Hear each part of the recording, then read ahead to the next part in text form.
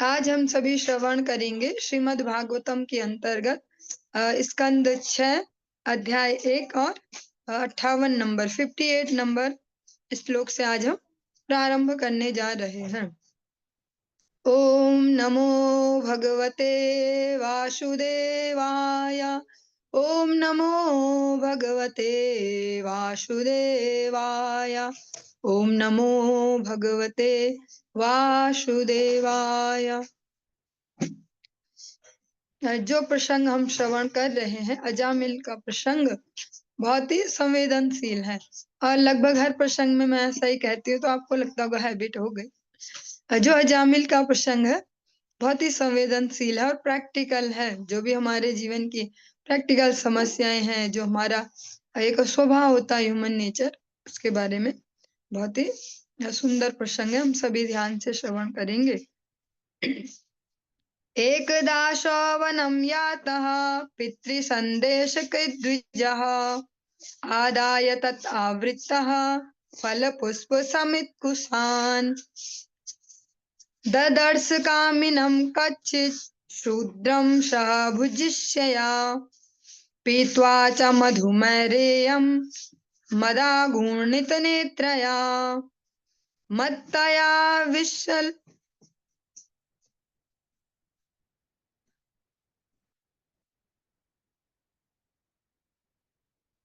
मत्तया विशलत्थन्निव्या व्यपेतं निरपत्रपं क्रीडन्तं नु अनुगायन्तं हसन्तं अनयान्तिके।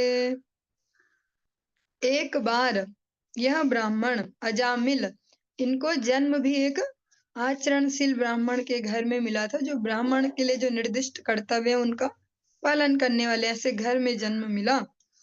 एक बार यह ब्राह्मण अजामिल अपने पिता के आदेश का पालन करते हुए जंगल से फल फूल तथा समित और कुश नामक दो प्रकार की घास, समित और कुश दो प्रकार की घास लाने जंगल गया भगवान की पूजा अर्चन के लिए। घर वापस आते समय उसे एक अत्यंत कामुक चतुर्थ वर्ण का शूद्र व्यक्ति मिला, जो निर्लज्ज होकर एक वैश्या का संग कर रहा था। यह शूद्र इस प्रकार हंसते गाते हुए आनंद ले रहा था मानो यही उचित आचरण हो। यह शूद्र तथा वैश्या दोनों ही सुरापान किए हुए थे। वैश्या की आंखें नशे से घूम रही थी और उनके वस्त्र शिथिल पड़ गए थे। अजामिल ने उन्हें ऐसी अवस्था में देखा। इसमें चतुर्थ वर्ण कहा गया। और जब हम आज के जो प्रैक्टिकल जो इन्वायरमेंट है, ऐसे समय में कोई भी जातिवाचक शब्द सुनते हैं ना, ब्राह्मण क्षत्रिय वैश्य शूद्र, तो सबके ईगो एकदम से ऐसे हो जाते, कान खड़े और दिमाग तैयार हो जाता, क्या बोलते हैं अब देखते हैं, और सुनते हैं फिर बोलते हैं। और हमेशा से ही आचरण के हिसाब से ये वर्गीकरण किया गया है। जिन्होंने जिन आचरणों को ही अपना कर्तव्य या सो कॉल्ड परंपरा बना लिया, तो उस वर्ण विशेष में वो माने जाते रहे। इसी क्रम में जो ये व्यक्ति है जिसका यहाँ पर वर्णन हुआ है, चतुर्थ वर्ण शूद्र व्यक्ति, उसका आचरण भी वैसा ही है। आचरण के हिसाब से हमेशा से वर्गीकरण होता आया है। और एक बहुत ही सेंसिटिव लाइन भी है इसमें, जो हम आज के समय में भी रिलेट कर पाएंगे। वो जो व्यक्ति है, वो जो क्रियाएं कर रहा है, चाहे उस वैश्य का आलिंगन और चुंबन, ये दोनों ही जब वो कुछ भी इनमें से क्रिया कर रहा है, तो मानो यही उचित आचरण हो, इस प्रकार से वो कर रहा है कि जैसे ये तो नॉर्मल सा ही है। इसको आज के समय में हम रिलेट कर पाएंगे।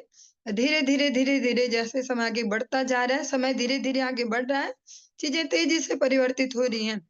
जो गलत है हर प्रकार से, वो आज के समय में सही हो गया है, और जो सही है वो गलत जैसा, उसको हीन भावना इतनी दे दी गई है कि करने वालों को भी हीन भावना है। जैसे तिलक करना तो बहुत अच्छी बात है, हम सुनते हैं, हाँ शास्त्र तो कहते हैं बिना तिलक के शमशान जैसा अपवित्र होता है हमारा मस्तक।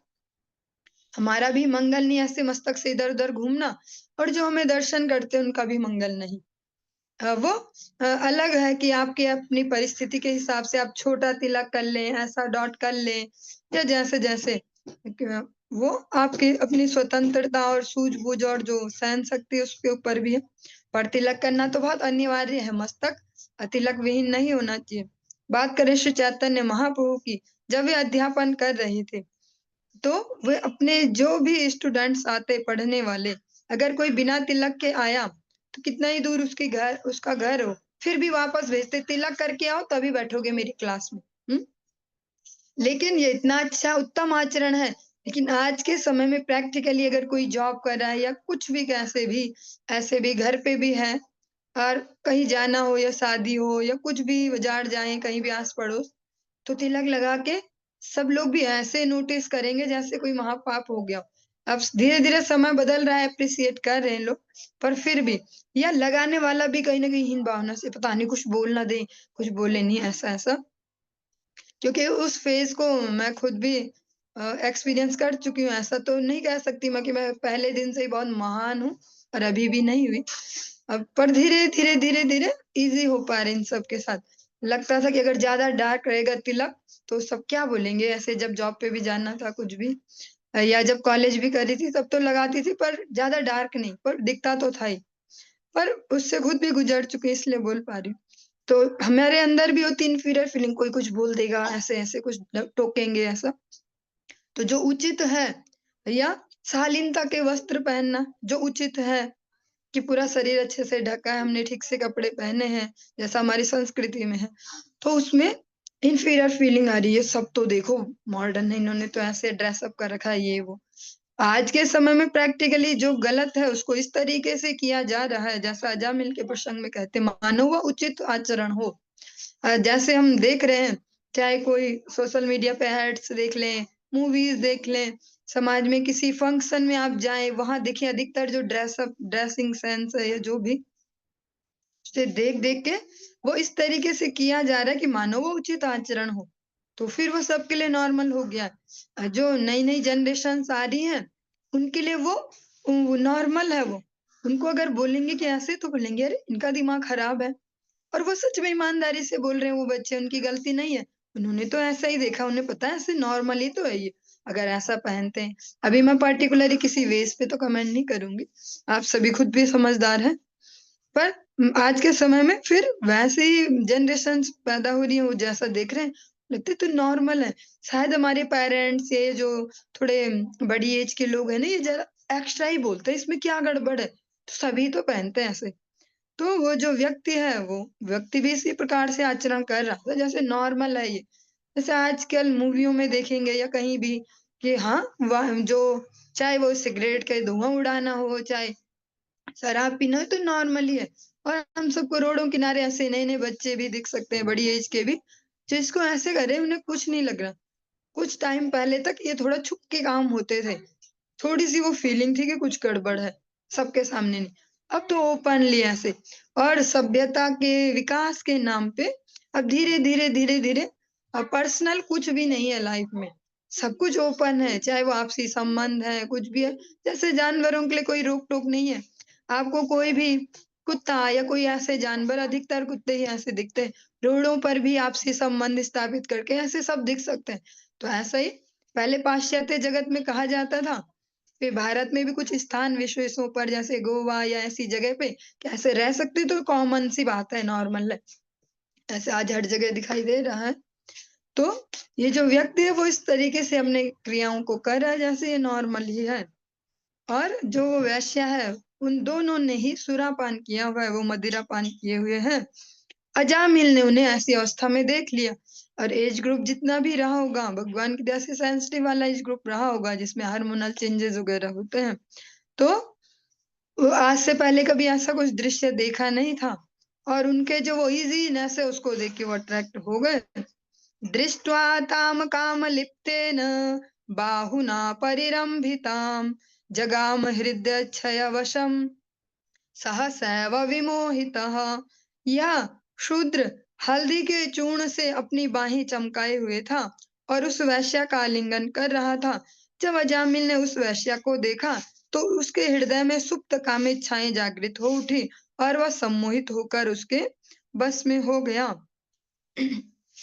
स्तम्भयन्नात्मनात्मानं यावत् सत्त्वं यथा श्रुतं न ससाक समाधातुं मनो मदन वेपितम। उसने धैर्य पूर्वक स्त्री को न देखने के शास्त्रों के आदेश स्मरण करने का यथासंभव प्रयास किया।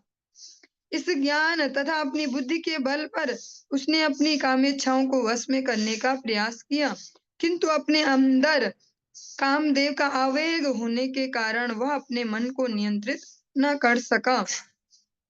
उन्होंने जो श्रवण किया था, क्योंकि ऐसे परिवार से ही रिलेट करते हैं जहाँ शास्त्रों का नॉलेज दिया जाता है बचपन से, श्रवण करने के बाद उन्होंने उसको प्रैक्टिकली अप्लाई करने का प्रयास किया कि किसी भी स्त्री का ऐसे डायरेक्ट दर्शन नहीं करना चाहिए। अगर आज के समय में तो ऐसा एग्जाम्पल देना बहुत रेयर होगा, पर बहुत सारे लोग ऐसे होते भी हैं शुद्ध आचरण के, जो डायरेक्ट, चाहे वो स्त्री हो पुरुष हो, किसी के फेस को ऐसे डायरेक्ट नहीं देखते रहते हैं, ऐसे बात भी करते हैं तो ऐसे नॉर्मली, क्योंकि हम जो कुछ भी करते हैं वो आज के समय में बोल सकते हैं कि ये तो नॉर्मल है, क्या हो गया इसमें, ऐसा ऐसा। अच्छा, इसमें एक एग्जाम्पल लेते हैं, अब प्रैक्टिकल सा एक एग्जाम्पल है।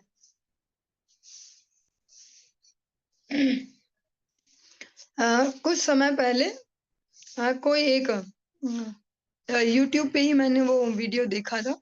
वो जो उत्तर प्रदेश के जो मुख्यमंत्री हैं, उनका, योगी जी जो है, उनका एग्जाम्पल दे रहे थे, पर वो अपनी ओर से तो बहुत ही प्रैक्टिकल बुद्धिमान व्यक्ति, दूसरों को समझाने वाले, ऐसे इस फीलिंग से वो बात बोल रहे थे, लेकिन वो इस तरीके से, जिस तरीके से उसे वर्णित कर रहे थे वो बिल्कुल ही गलत था।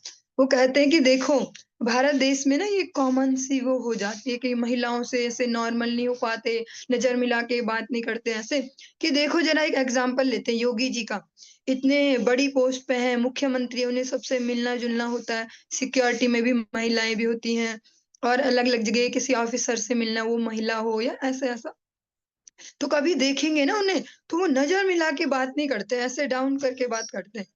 तो वो व्यक्ति गलत तरीके से उस एग्जाम्पल को दे रहे थे, पर हम इसे सही तरीके से समझ सकते हैं कि जो सेंसिटिव व्यक्ति होते हैं अभी भी वो शास्त्रों के आदेशों को एज इट इज पालन करते हैं। और जब हम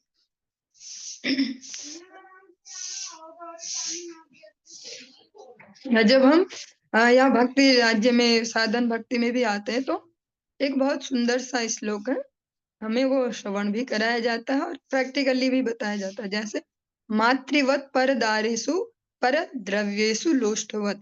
और जो अन्य, जो अपनी इसको सरल भाषा में समझे, अपनी पत्नी के अलावा सभी महिलाओं को माता समान देखे, ऐसी माता जी वर्ग के लिए भी है, अपने पति के अलावा सभी में पिता भाव करके ऐसे ही चले। इसी भाव को चलाते हम सब यहाँ आपस में माता जी और प्रभु जी संबोधन करते हैं, चाहे वो छोटे से छोटे एज के भी हों। जो अजामिल है, उन्होंने बहुत प्रयास भी किया कि जो उन्होंने सुना है कि ऐसे नहीं करते वैसा, लेकिन जो उस समय जो देख रहे हैं उसमें हाई पावर सामने वाले की है।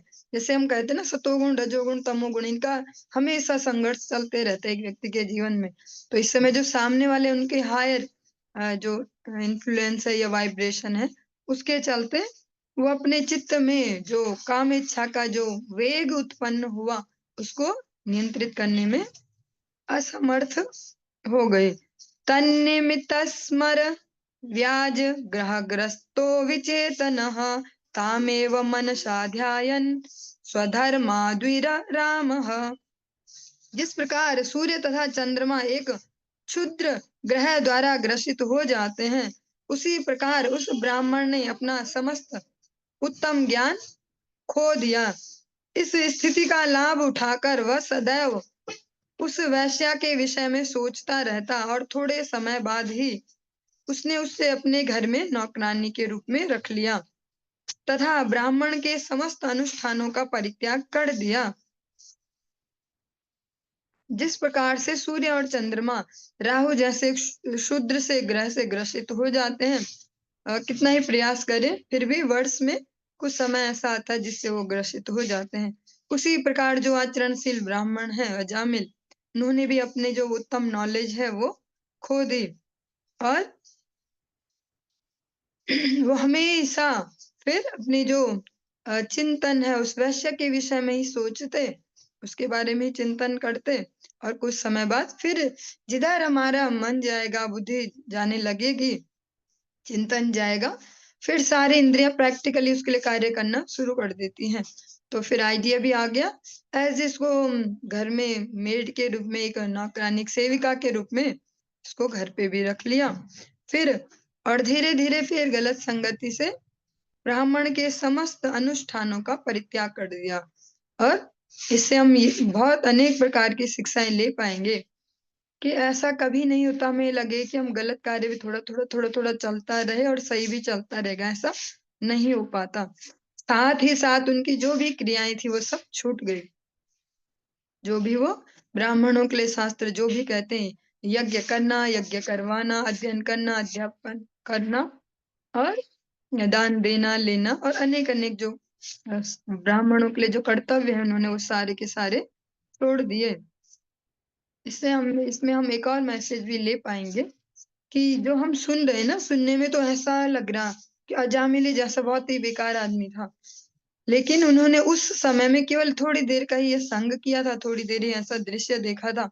आज के समय में चाहे हम हैं, चाहे हमसे बड़ी जनरेशन है, चाहे हमसे छोटी जनरेशन, मैं अपने ही एज ग्रुप की बात करूँगी और हमसे भी बहुत छोटे-छोटे जो आज की डेट में बहुत छोटे-छोटे बच्चे भी हैं 8-9 वर्ष की एज से ही सबको फ्रीडम है फ़ोन चलाने की या टीवी पे कुछ भी कभी देख सकते हैं।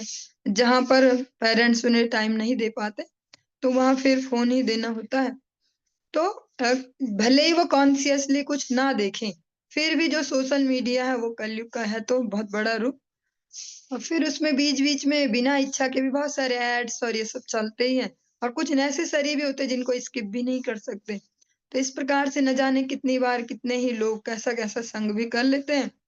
अगर कोई सीसीटीवी फुटेज बन जाए ऐसी कोई वीडियो बन जाए कि हमने अभी तक क्या-क्या देखा है, तो हम अपनी वो सारी वीडियोज़ खुद नहीं देख पाएँगे। हमने ये भी देखा है अच्छा, ऐसे।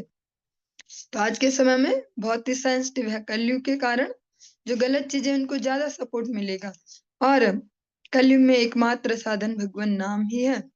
बस जो भी हमारे आश्रित जन हैं हम यही कर सकते हैं कि प्यार से कैसे भी कोई लालच से ऐसे-वैसे रेगुलरली उन्हें चेक भी करते रहें और भगवान की ओर थोड़ा-थोड़ा लगाने का प्रयास करें। वरना इस भयानक से कलयुग में कब किसका कैसा दिमाग घूमेगा, कौन किस पथ पर आगे बढ़ेगा, कुछ कहा नहीं जा सकता। हम सभी के लिए भी है, यमन्यों के बारे में क्या सोचें, हम सबके लिए भी है। इसीलिए सही संगति बहुत अनिवार्य है। थोड़ा-सा कचरा अगर घुस भी जाए लेकिन बहुत सारा शुद्ध जल आ जाए तो उड़ जाएगा। तो इसीलिए भक्तों की संगति बहुत ज़्यादा आवश्यक है, निरंतर संग। इसी को ध्यान में रखते हुए अनेक-अनेक जो आप देखते हैं गौड़ीय संप्रदाय के अंतर्गत अनेक-अनेक संस्थाएँ अपने सेंटर्स में संडे प्रोग्राम, एकादशी प्रोग्राम, आज ऐसा उत्सव, आज वैसा उत्सव करते रहते हैं। कई बार भक्तों को भी लगेगा कुछ अति हो रहा है, कल भी हुआ था, आज भी हो रहा है, ऐसे-ऐसे कैसे जाएँ?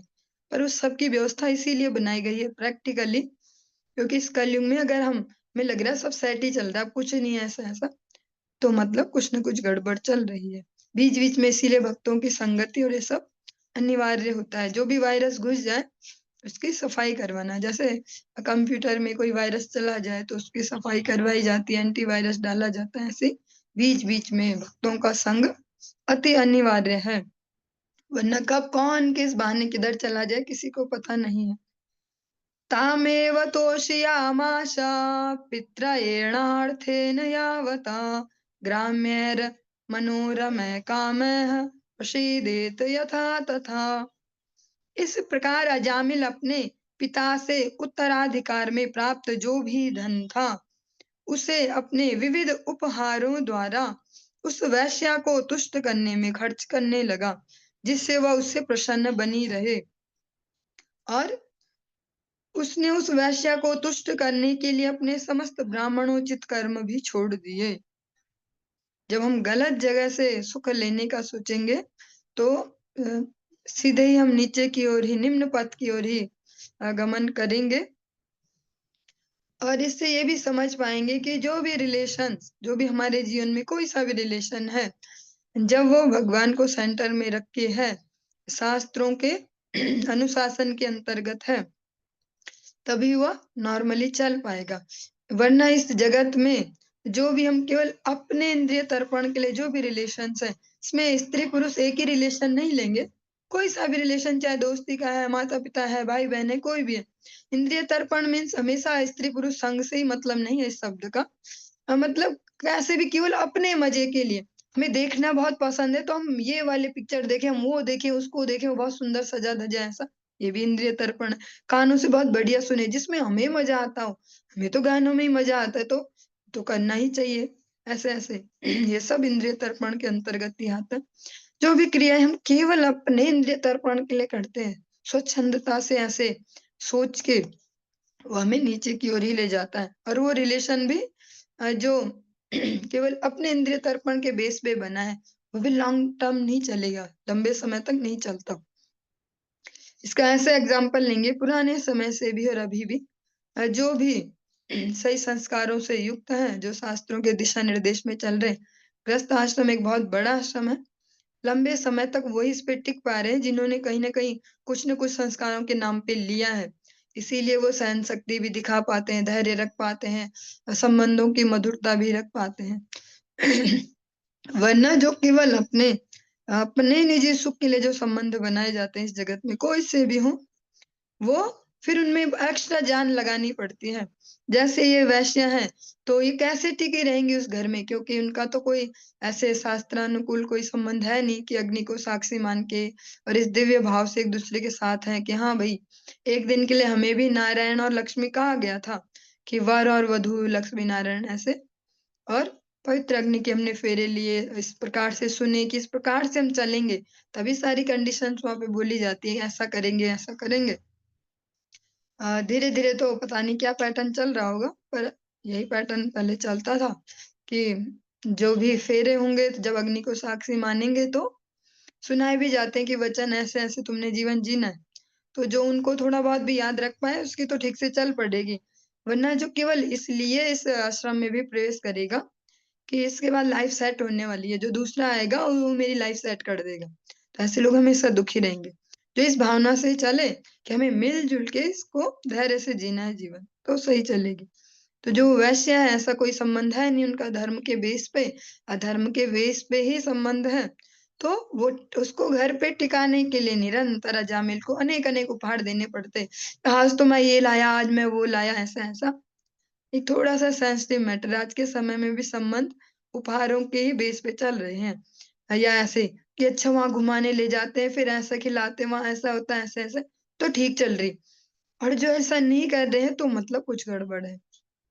या जो नॉर्मली जीवन जी रहे हैं, उनमें भी हीन भावना आ जाती है कि देखो ज़रा, जैसे किसी का स्टेटस देखा या कुछ, आज वहाँ गए, आज ऐसा खाया, आज ऐसा पहना, तो हीन भावना आ जाएगी। हमारी लाइफ में तो कुछ ऐसा नहीं, हमारी शायद बेकार है। तो सोशल मीडिया के जाल से बचें, जो नॉर्मल लाइफ है वो नॉर्मल ही होती है, उसमें एक्स्ट्रा जान नहीं लगाई जाती है ऐसे, ऐसे, ऐसे। और फिर उस वेश्या को प्रसन्न करने के लिए उन्होंने अपने जो आचरण थे, जो शुद्ध थे, जो शुद्ध आचरण था वो सब छोड़ दिया एक-एक करके।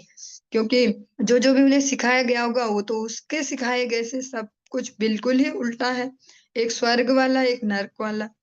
तो फिर वो जो स्वर्ग वाला है वो भी नरक के लेवल पे आ गया क्योंकि उसको मन मर्जी का सुख चाहिए। वरना शास्त्रों ने भी सारे सुखों के लिए सारी व्यवस्थाएँ एक सही वे में हमारे लिए बनाई हैं, लेकिन जिसको एक्स्ट्रा एफर्ट करके अपना इंद्रिय तर्पण करना, उसको उसकी कीमत भी देनी होती है। विप्रां स्वभार्यां प्रौढां कुले महति लम्भितां विससर्जा चिरात् पापः स्वैरिण्यापांग विदधीः। चूंकि उसकी बुद्धि वैश्या की काम पूर्ण चितवन से बिंध चुकी थी, अतः शिकार हुआ ब्राह्मण अजामिल उसकी संगति में पाप कर्म करने लगा। उसने अपनी अति सुंदर तरुण पत्नी तक का साथ छोड़ दिया, जो अति सम्मानित ब्राह्मण कुल से आई थी। और इसमें ये बहुत बड़ा सस्पेंस और बहुत बड़ा टर्निंग पॉइंट भी है कि वो विवाहित थे। और फिर फिर इसमें वही मैटर आ जाता है कि जो शास्त्रों के अनुगत्य को छोड़कर अपना इंद्रिय तर्पण करने जाएगा, उसको दुर्गति ही होगी। और फिर उन्होंने जो अपने धर्म के अंतर्गत जो पत्नी मिली थी, उसको भी छोड़ दिया। यतस्ततश्चोपनिन्ये न्यायतो अन्यायतो धनम् बभारास्याः कुटुम्बिन्याः कुटुम्बं मन्दधीरयम्। यद्यपि वह ब्राह्मण कुल में उत्पन्न था, किंतु वैश्या की संगति के कारण बुद्धि से विहीन उस धूर्त ने जैसे तैसे करके धन कमाया, चाहे वह उचित रीति से हो या अनुचित रीति से, और उसको वैश्या के पुत्रों तथा पुत्रियों के भरण पोषण में लगाया। यदश शास्त्रमुल्लङ्घ्य स्वैराचार्यर्ति गर्हितः अवर्तत चिरं कालम अघायुर सुचिरमलात्। उस ब्राह्मण ने पवित्र शास्त्रों के विधि विधानों का उल्लंघन करके अपव्यय करने तथा वैश्य द्वारा बनाया भोजन करने में बड़े ही अनुत्तरदायित्वपूर्ण ढंग से अपनी दीर्घ आयु बिताई। इसीलिए वह पापों से भरा है, वह अस्वच्छ है और निषिद्ध कर्मों में लिप्त रहता है।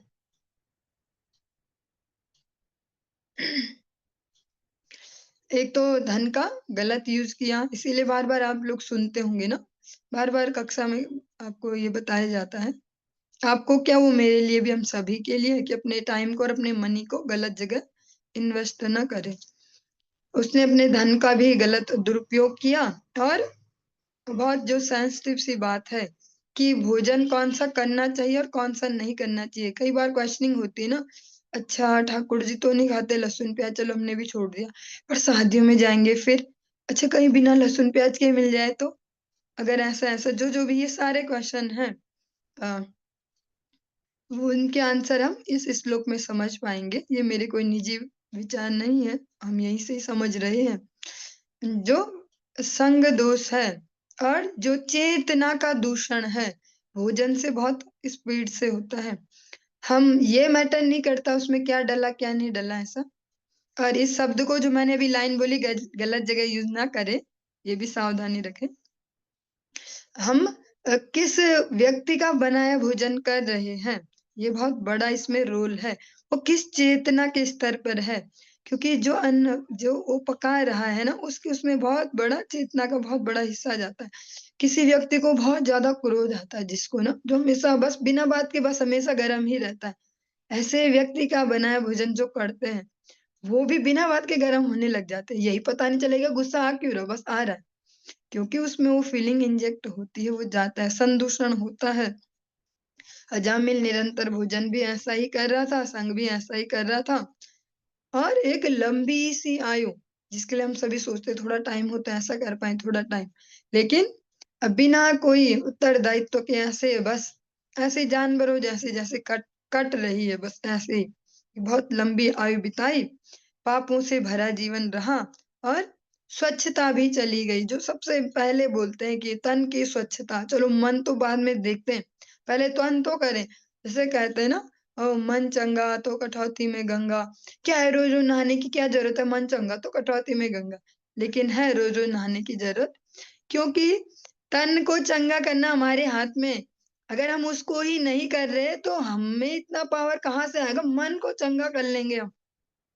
तो स्टार्टिंग तन चंगा से ही होती है। ये छोटे छोटे जो अनुशासन है कि डेली स्नान करें, पवित्र रखें, धुले हुए कपड़े पहने, बासी ना पहने, मल त्याग में जो वस्त्र पहने उनको ही रिपीट ना करें, उनको धो दें, फिर स्वच्छ धुले वस्त्र पहने, ऐसा ऐसा।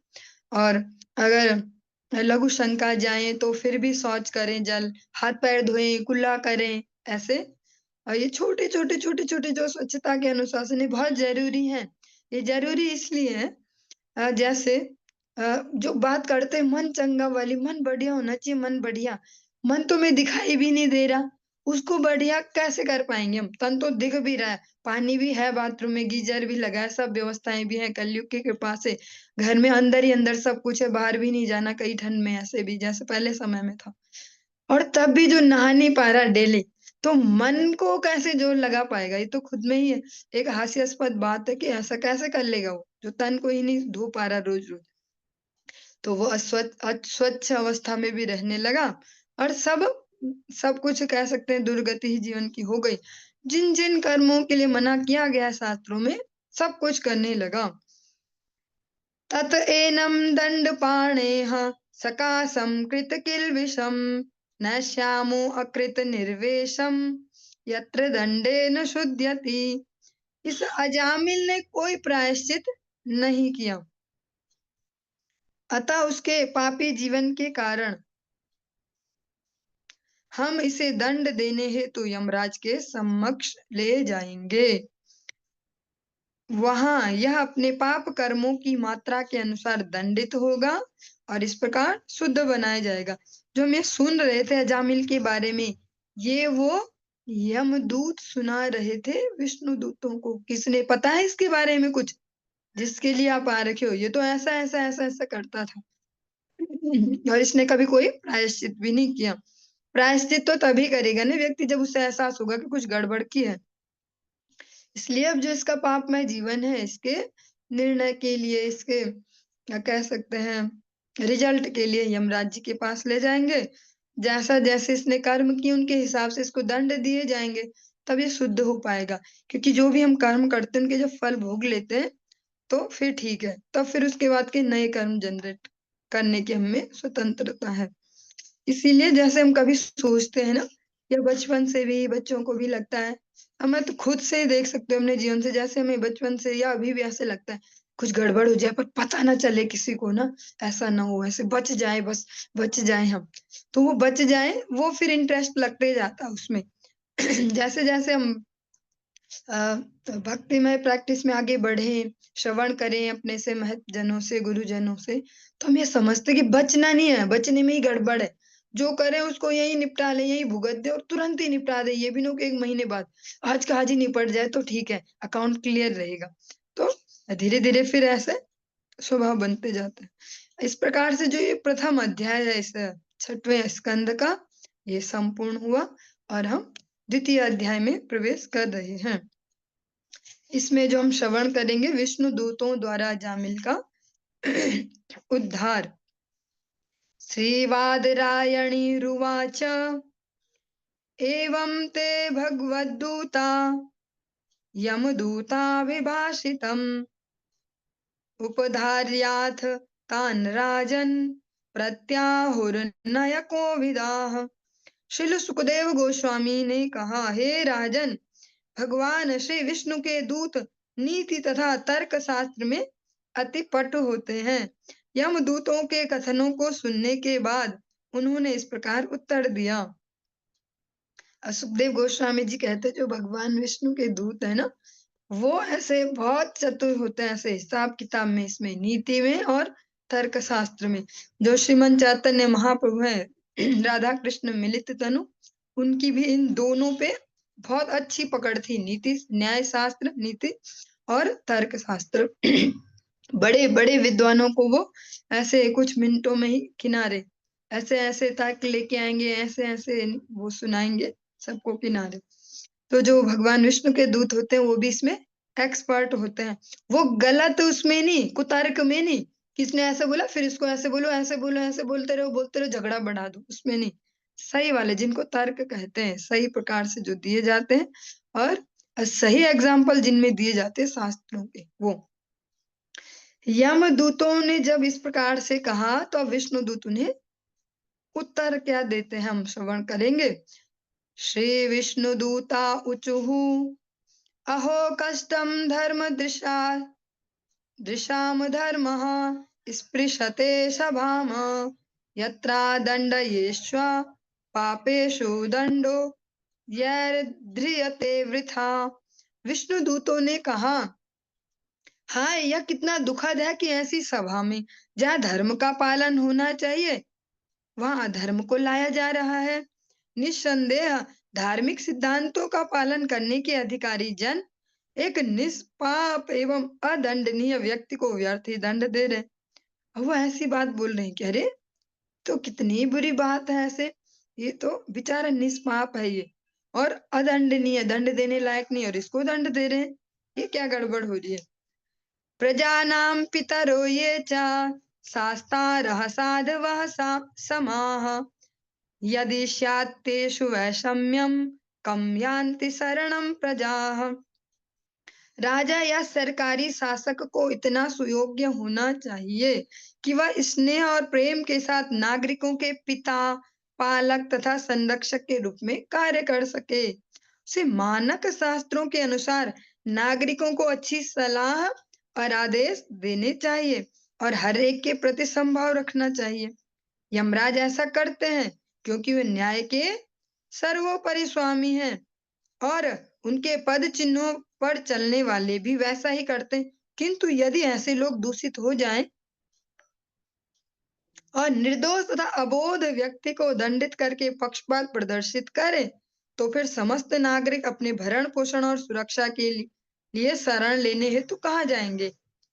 पहले जो भी शासक है या राजा है उसका कर्तव्य बता रहे हैं कि वो इतना कुशल होना चाहिए कि वो प्यार से सबको सही बात बता सके, समझा सके और साथ में ही सबके प्रति समभाव भी रखे। लेकिन यमराज जी तो ये करते हैं, यमराज जी के अनुशासन में जो उनके जन है वो भी करते हैं। लेकिन आज तो हम कुछ उल्टा देख रहे हैं। हाँ, आज तो जो कह सकते हैं डायरेक्टली उनको कह रहे हैं कि आप लोग आज पालन नहीं कर रहे हो इस आचरण का, कि एक निर्दोष और अबोध, निर्दोष जिसमें कोई दोष नहीं, अबोध जिसको कोई नॉलेज नहीं। लेकिन अजामिल तो ऐसे नहीं थे ना, वो तो 88 वर्ष के थे और जिस समाज में हम रह रहे हैं उसमें तो एज को ही बहुत बड़ा फैक्टर माना जाता है समझदारी का। नहीं नहीं, अब बूढ़े लोग तो हर बात सही बोलते हैं, जिसकी एज ज्यादा हो गई उसे सब पता ही है। हाँ, ऐसे समाज में हम रह रहे हैं। तो अजामिल तो 88 साल के हो गए थे, 80+8। तो ऐसा अगर आचरण कर रहे हैं जैसे यमदूत कर रहे हैं, तो फिर जो जनता है वो कहाँ जाएगी, किसके पास शरण लेगी अगर आप ही लोग ऐसा करने लग जाएंगे? यद यदाचरति श्रेया नितरस्तद्दीहते सा यत् प्रमाणम कुरुते लोकस्तदनुवर्तते। सुना सुना लग रहा होगा आप सबको, ये थोड़ा सा चेंज है जो आपने सुना है और इसमें थोड़ा सा चेंज है, बिल्कुल लाइट सा। यद यदाचरति भी सेम है, फिर हम बोलते हैं तत्त देवे तरोजनो, श्रीमद भगवद गीता से है, श्रीमद भागवतम में श्रेया नितरस नितरस्तद्दीहते और अगली लाइन सेम ही है, स यत् प्रमाणम कुरुते लोकस्तदनुवर्तते। क्योंकि जो वहां कह रहे हैं वो स्वयं भगवान श्री कृष्ण है और जो यहाँ कह रहे हैं वे उनके ही जन हैं, तो वो अलग से कुछ नहीं लाते कहीं से कुछ अपने आप बना के, वो भी भगवान से जो श्रवण किया है उसको ही आगे डिलीवर करते हैं। जो आम जनता है, समाज में नेता जो उसमें अग्रणी होते, जो लीडर्स होते हैं, उनके उदाहरण का अनुगमन करती है, उनके ही बताए उस पे चलती है, जैसा ही कर रहे हैं, जैसे ही बोलते हैं और उसके आचरण का अनुसरण करती है। और जो वो लीडर है, जो नेता है, वो जो भी स्वीकार करता है उसे आम जनता प्रमाण रूप में स्वीकार करती है। ये विष्णुदूत इसलिए कह रहे हैं कि जो यमदूत हैं वो इतने श्रेष्ठ हैं और वही गड़बड़ करने लग जाएंगे तो नीचे जनता का क्या होगा? फिर वो इसको कहते हैं कि सामान्य जनता का तो ये हिसाब किताब है कि बड़े बड़े जैसा करते हैं, जिनको बड़ा कहा जाता है समाज में वैसे ही करते हैं। अब ये जो बात है ना, जैसा बड़े करते हैं, जिनके बड़ा कहा जाता है वैसा ही सब करते हैं, ये बहुत अच्छी भी है और एक तरीके से आज के समाज में बहुत बुरी भी साबित हो रही है। कैसे बुरी साबित हो रही है? जब गलत लोगों को बड़ा करके दिखाया जा रहा है। जैसे कोई भी व्यक्ति है, चाहे वो अगर किसी भौतिक फील्ड में बहुत माहिर है, बहुत एक्सपर्ट है, उसको ऐसे दिखाने लग जाएंगे, ये क्रिकेट के भगवान, ये फुटबॉल के भगवान, ये तो बॉलीवुड के भगवान, या ऐसे ऐसे ऐसे उन्हें वो बड़ा बड़ा कुछ करके दिखाएंगे, तो फिर जनता, अंधी जनता उनका अनुकरण करेगी। अच्छा, ये ना ऐसे खाते हैं, ये ऐसे स्टाइल से रहते हैं और ये ऐसे हेयर कटिंग करते हैं, ये ऐसे बातें बोलते हैं, ये तो ऐसे घूमते हैं। अच्छा, ये तो गुटखे का भी ऐड करते हैं, तो गुटखा खाना ही बहुत बढ़िया होता होगा। ये तो उस वाइन का भी ऐड करते हैं, ये वाइन पीना ही बहुत बढ़िया होगा। तो आज के समय में ये इसका दुरुपयोग हो रहा है। जो ये बात है कि बड़े जैसा करते छोटा, या गलत लोगों को बड़ा जो दिखाया जाता है, उससे ये गड़बड़ आ रही है। तो हमेशा सतर्क रहकर देखना आवश्यक है कि जिनको बड़ा दिखा रही है भी कि नहीं, अंदर से खोखले तो नहीं है। यस्यांके सिर आधाया लोकाः स्वापिति निर्वृताः स्वयं धर्मम् अधर्मं वा न हि वेद यथा पशुः सा कथं न्यर्पितात्मानं कृतमैत्रं चेतनं विश्रम्भणीयो भूतानां सघृणो दो दोग्धुमर्हति। इसमें पांचवा और छठवां दो श्लोक एक साथ में हमने लिए। सामान्य लोग ज्ञान में इतने उन्नत नहीं होते हैं कि वे धर्म तथा अधर्म में भेदभाव कर सके।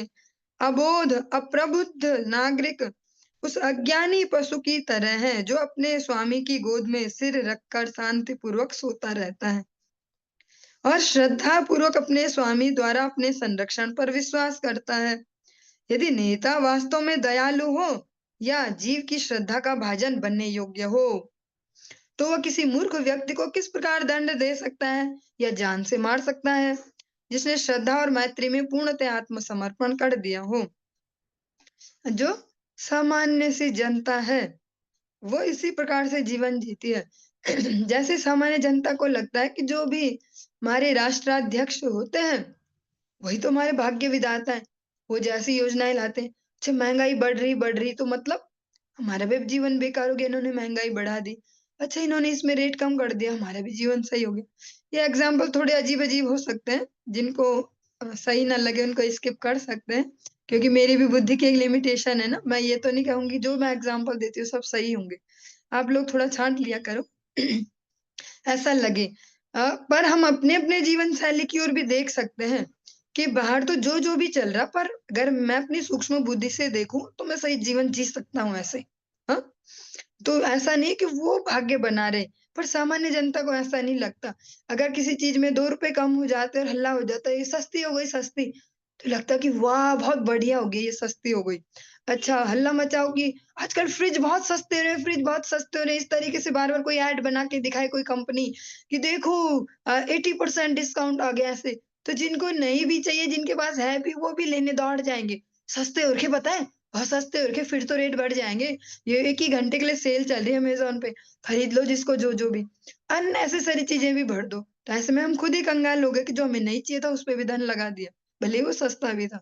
ऐसे कुछ-कुछ जो, तो ये ऐसा समझ पाना आम मनुष्यों के बस में नहीं होता। वो हमेशा सरेंडर करके रखते हैं किसी स्वामी को, कि इन पे ज़्यादा दिमाग है, ये जो करेंगे ऐसे चले। ऐसे में अगर वो स्वामी ईमानदार है और जैसा हम सुन रहे हैं कि जीव की श्रद्धा का भाजन बनने योग्य हो, सच में वैसा हो, श्रद्धा को लेने लायक या जो सब उसे आदर दे रहे हैं उसके लायक हो, तो फिर वो उस मूर्ख से व्यक्ति को जिसने सच में ही सरेंडर कर दिया उसको, तो उसको न तो जान से मार सकता है और न दंड दे सकता है। फिर बोलेगा अरे यार क्या करें, इस पे दिमाग तो नहीं है पर क्या करें, सरेंडर कर रखा है, इसका चलाना तो पड़ेगा ही, कुछ जुगाड़ देखते हैं कुछ करते हैं ऐसे। फिर वो दंड नहीं देगा कि मूर्ख तेरे पे तो दिमाग ही नहीं, ले ऐसा। तो इस प्रकार से विष्णुदूत उन यमदूतों से कहते हैं। इसमें ऐसा ही समझ पाएंगे कि अजामिल को अबोध और ऐसा ही बताया जा रहा है, इस पे तो अक्ल नहीं है पर आप पे तो है ना, जैसे हम नॉर्मली भी सुनते हैं, आप बड़े हो आप पे तो दिमाग है ना, उन पे तो दिमाग नहीं, पर जिन पे होता है तो उन्हें ठीक से चलना है, ऐसा ऐसा। जो हम सभी की अपनी अपनी एक प्रकार से कह सकते हैं शिकायत भी होती है कि हमेशा हमें क्यों बोलते हैं ऐसा करो वैसा करो। अधिकतर जो होते हैं बड़े उन पर ही जिम्मेदारी होती है कि जो कम बुद्धिमान है उनको भी मदद दी जाए। अयम ही कृत निर्विवेशो जन्म कोट्यन हसामपि यद व्याजहार विवशो नाम स्वत्ययनम हरे। अजामिल पूर्व में ही अपने समस्त पाप कर्मों के लिए प्रायश्चित कर चुका है। वास्तव में उसने न केवल एक जीवन में किए गए पापों का प्रायश्चित किया है, अपितु करोड़ों जीवनों में किए गए पापों के लिए भी प्रायश्चित किया है, क्योंकि उसने असहाय अवस्था में श्री नारायण के नाम का उच्चारण किया है। यद्यपि उसने शुद्ध रीति से यह उच्चारण नहीं किया, किंतु उसने अपराध रहित उच्चारण किया है, इसलिए अब वह पवित्र और मोक्ष का पात्र है।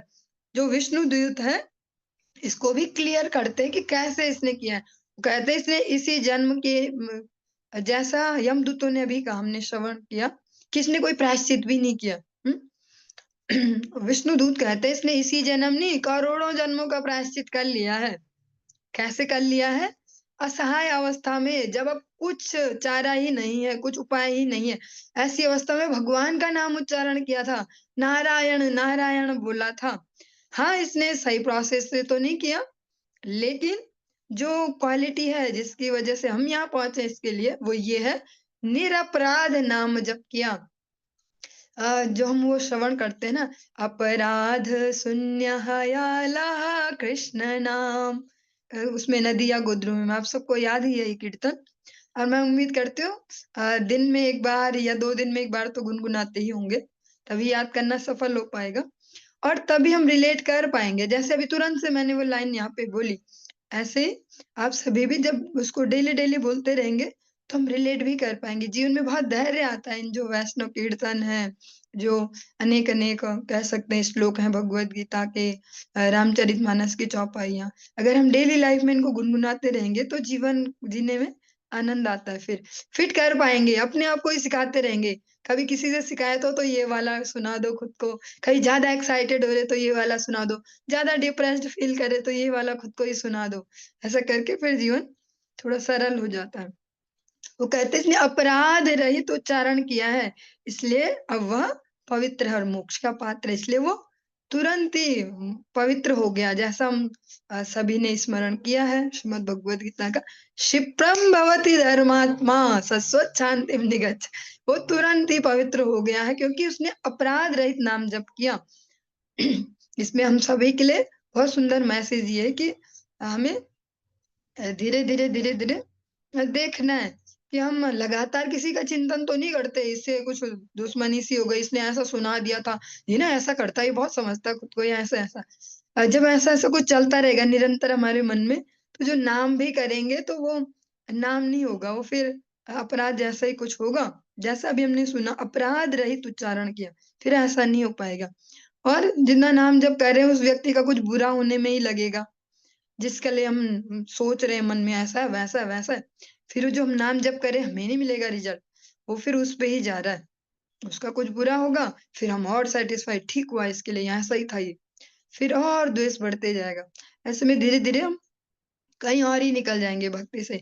तो बहुत ही सेंसिटिव मैटर है ये, हमेशा चेक करते रहें किसी से ज़्यादा देर तक वो नहीं, किसी से माफ़ी माँग लो और किसी को ज़बरदस्ती माफ़ कर दो बिना उसके माफ़ी माँगे ही, उससे सरल रहेगा जीवन। चलिए आज के इस प्रसंग को हम यहीं विश्राम देंगे और इससे आगे कल कंटिन्यू करेंगे। हरे